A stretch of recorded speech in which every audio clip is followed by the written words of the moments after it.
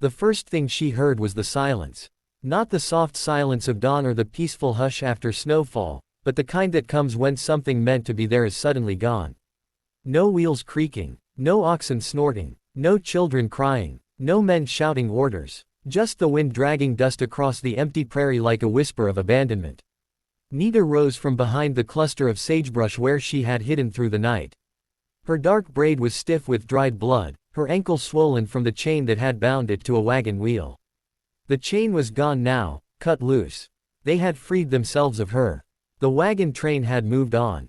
Her chest tightened as she stared at the distant horizon. The settlers had taken her from her Apache band months ago during a skirmish near the river. She had been a prize, then a burden, then a servant. Now she was nothing at all. Left behind like broken furniture in a land that had once been her home. She tried to stand, but pain shot up her injured ankle and she fell to her knees. Buzzards circled far overhead, patient and certain. By midday the sun scorched the prairie into a shimmering sea of gold. Her throat burned. She knew the land well, once she had ridden across it freely, her laughter carried by desert winds. But alone and wounded, even familiar earth becomes an enemy. That was when she saw the rider. At first, she thought it was a mirage, just another trick of heat and exhaustion. But the shape grew clearer. A tall horse, a broad-shouldered man, a rifle slung across his back. Nita's pulse quickened. Another settler, another captor. She dragged herself toward the shallow gully, hoping to hide again, but her ankle betrayed her. The rider saw her. He reined in his horse several yards away, studying her carefully. He didn't dismount right away. His eyes were sharp but not cruel. Weathered, worn, like someone who had seen too much sky and not enough kindness. "You alone?" he called. She did not answer. He slid off the horse slowly, palms visible. "I'm not with the wagon train," he said. "Passed their tracks a mile back. They were in a hurry." His gaze dropped to the broken chain at her ankle. Something dark flickered in his expression. "They leave you?" he asked quietly. Still she said nothing. He stepped closer, kneeling but keeping distance between them. "Name's Elias Carter," he offered. "Got a ranch about 12 miles west. I ain't here to hurt you." Nita's voice came out hoarse, but steady. "You are like them." The words stung more than he expected. "Maybe," he admitted. "But I don't leave folks to die." A gust of wind whipped dust between them. She searched his face for mockery, for the familiar coldness she had come to know in settlers' eyes. Instead, she found something else: hesitation. Conflict. "You'll go with me now," he said finally. It was not a command. It was a decision. She stiffened. "I will not be chained again." His jaw tightened. "You won't be chained at all." She didn't trust him. Why would she? But the prairie offered her only two choices: follow this man or become bones beneath the sun. After a long moment, she nodded once. Elias moved carefully, cutting away the remaining metal from her ankle. He tore strips from his own shirt to wrap the wound. When he lifted her onto the horse, he did so gently, like she might break. They rode west in silence.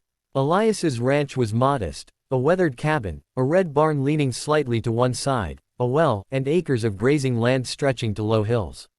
It was the kind of place built by one pair of stubborn hands. He helped her down slowly. "You can stay in the bunkhouse," he said. "It's small but dry." She stepped away from him, limping but determined not to lean too heavily on his support. Inside, the bunkhouse smelled of hay and clean wood. A cot sat against one wall. A small stove in the corner. He left water, bread, and dried beef on the table. Then he paused at the doorway. "I won't lock it," he said. "If you choose to leave once you're healed, I won't stop you." And then he walked away. That first night, Nita did not sleep. She watched the door, expecting it to open. She listened for heavy footsteps. But none came. The ranch was quiet except for the wind brushing the eaves. By morning, her fever had risen. Elias found her shivering, her skin hot beneath his hand.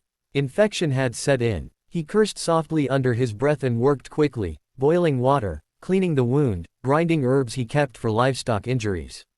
She drifted in and out of consciousness as he worked. Once, she grabbed his wrist, eyes blazing with fear. "Don't sell me," she whispered. His throat tightened. "I won't." For 3 days he barely left her side. He had lived alone for 5 years since his wife, Margaret, had died of childbirth fever along with their infant son. The ranch had become his refuge from grief.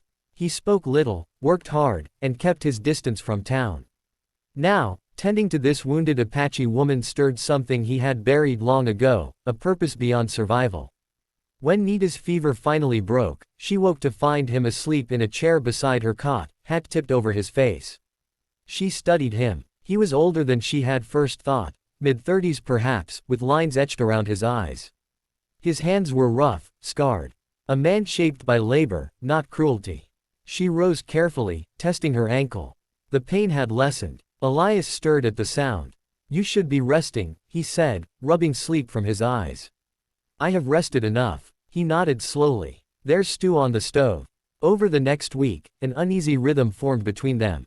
Nita insisted on helping despite her injury, mending clothes, fetching water once she could walk steadily, tending chickens. She refused to be a burden. Elias watched her with cautious respect. She was strong, stronger than he had expected. But there was something else too. A quiet dignity that unsettled him. One evening, as they sat outside watching the sun dip behind the hills, she finally spoke more than a handful of words. "Why do you live alone?" He stared at the horizon. "Used to have a wife." "What happened?" "She died." His voice was flat, but his knuckles whitened around his tin cup. "Some things can't be fought with rifles." She absorbed that in silence. "My people think settlers are all the same," she said after a while. "And what do you think?" he asked. She met his eyes. "I think you are still deciding what kind of man you are."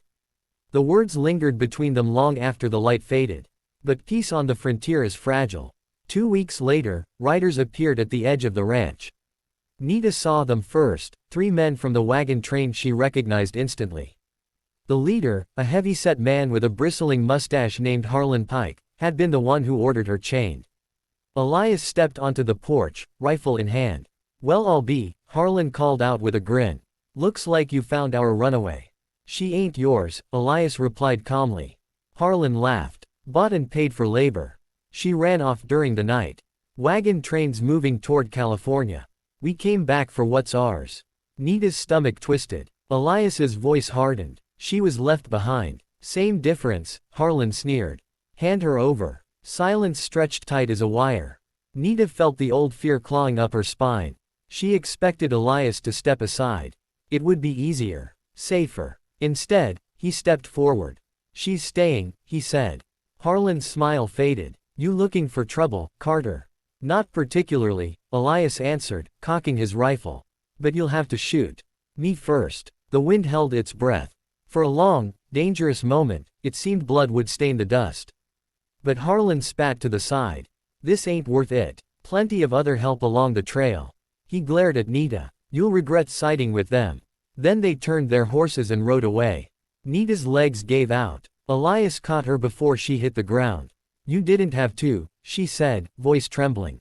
"Yeah," he replied quietly. "I did." That night, the air between them changed.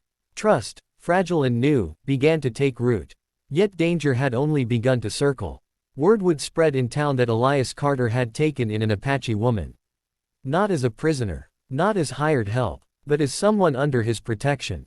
And the frontier was not kind to such choices. As darkness settled over the ranch, neither of them knew that the hardest battles were still ahead. But for the first time since the wagon train disappeared beyond the horizon, Nita felt something unfamiliar stir inside her. The first stone struck the barn just before sunrise. Nita was awake when it happened. She had grown used to the restless rhythm of frontier nights, the coyotes crying in the distance, the soft shifting of cattle, but this was different. The crack of rock against wood was sharp.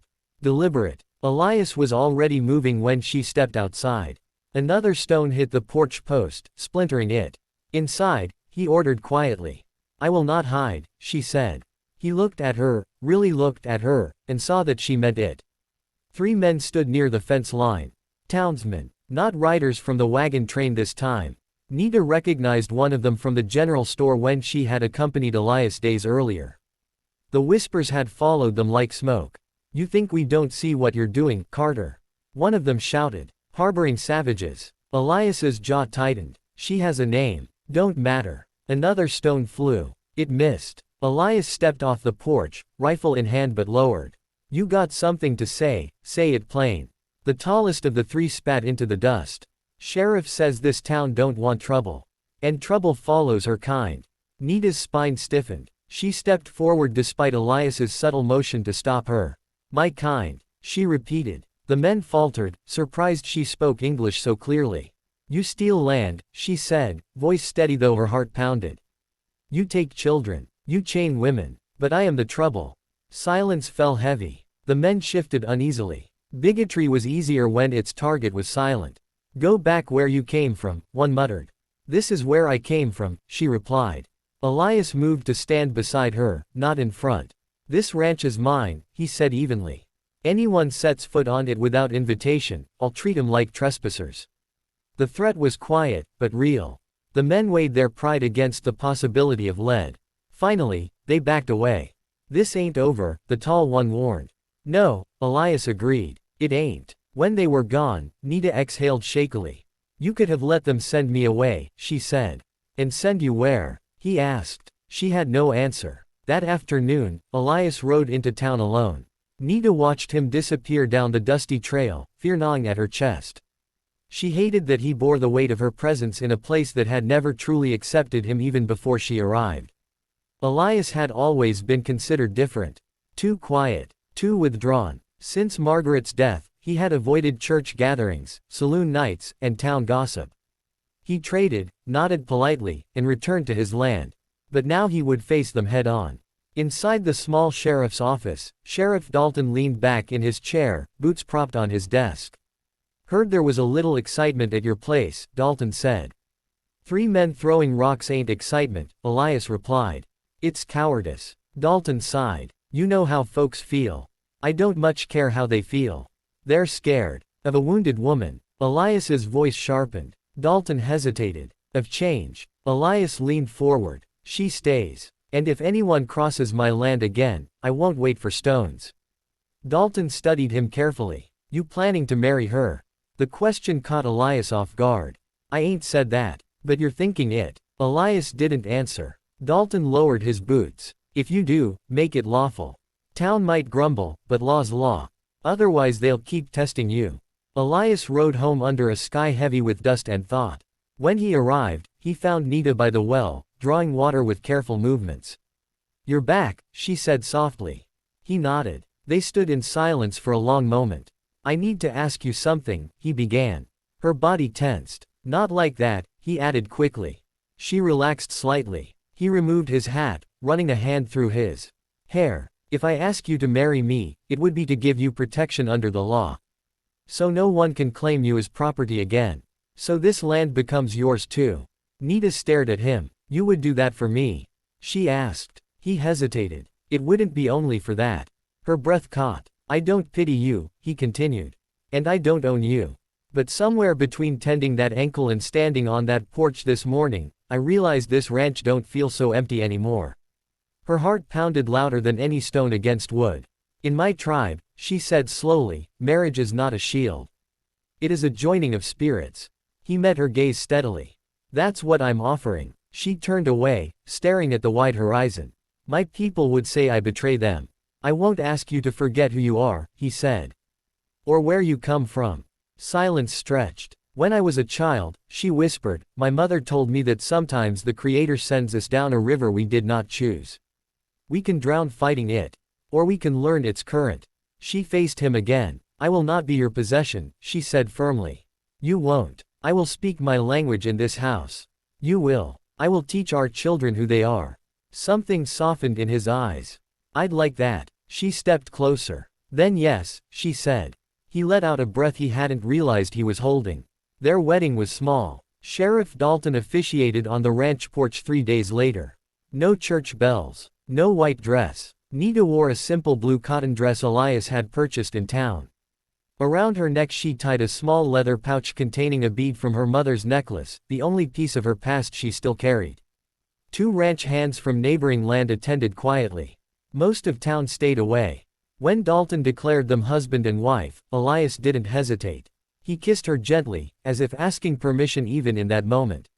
For the first time since her capture, Nita felt not owned, but chosen.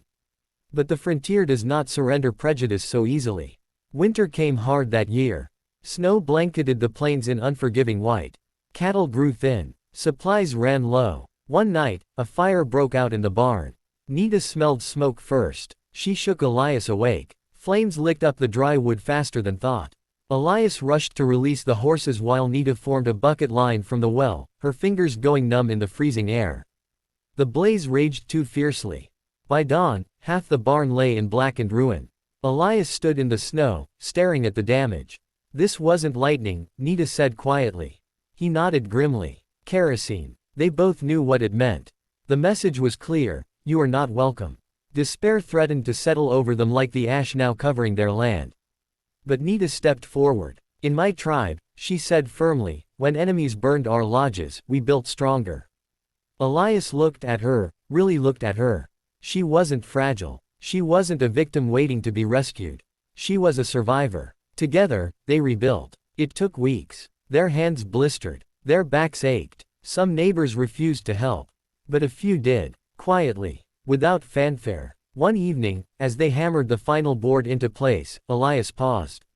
You ever regret staying? He asked. She considered the question. Yes, she answered honestly. Some days I miss my people so much it feels like losing them all over again. He nodded. But regret is not the same as wishing to undo, she continued. I chose this path. He smiled faintly. So did I. Spring came slowly. With it came unexpected news. Nita stood in the doorway of their cabin one morning, hand resting on her stomach. Elias noticed the softness in her expression. What is it? He asked. She took his hand and placed it gently against her belly. Understanding dawned slowly across his face. Truly, he whispered. She nodded, tears shining in her eyes. His laughter broke across the prairie like sunlight. When their daughter was born in late summer, the sky was clear and endless. They named her Ayanna Margaret Carter. Ayanna, for her Apache heritage.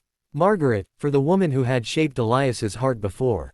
Their daughter's skin was warm bronze, her eyes dark and bright. A living bridge between two worlds. The town's reaction was mixed. Some softened at the sight of a child.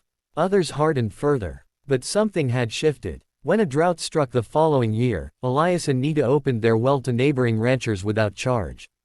When illness spread through town, Nita used herbal knowledge from her tribe to treat fevers no doctor could cure. Gradually, suspicion gave way to reluctant respect. One evening, years later, Nita stood at the edge of the prairie with Ayanna beside her. Were you afraid? Her daughter asked. Yes, Nita said. Many times. Why did you stay? She looked toward the cabin where Elias was repairing a fence, his hair now touched with gray. Because courage is not the absence of fear, she said. It is choosing love despite it. Ayanna considered this. Will people always fight? She asked. Some will, Nita replied. But others will build. Behind them stood a ranch once nearly reduced to ash. A marriage born from risk. A child who carried both histories in her blood. The wagon train that had abandoned Nita was long gone, swallowed by time and distance. But the moment Elias Carter had stepped off his horse and said, "You'll go with me now," had changed more than two lives. It had proven that mercy can defy hatred. That choice can rewrite destiny. That love, when rooted in respect, can survive even the harshest frontier.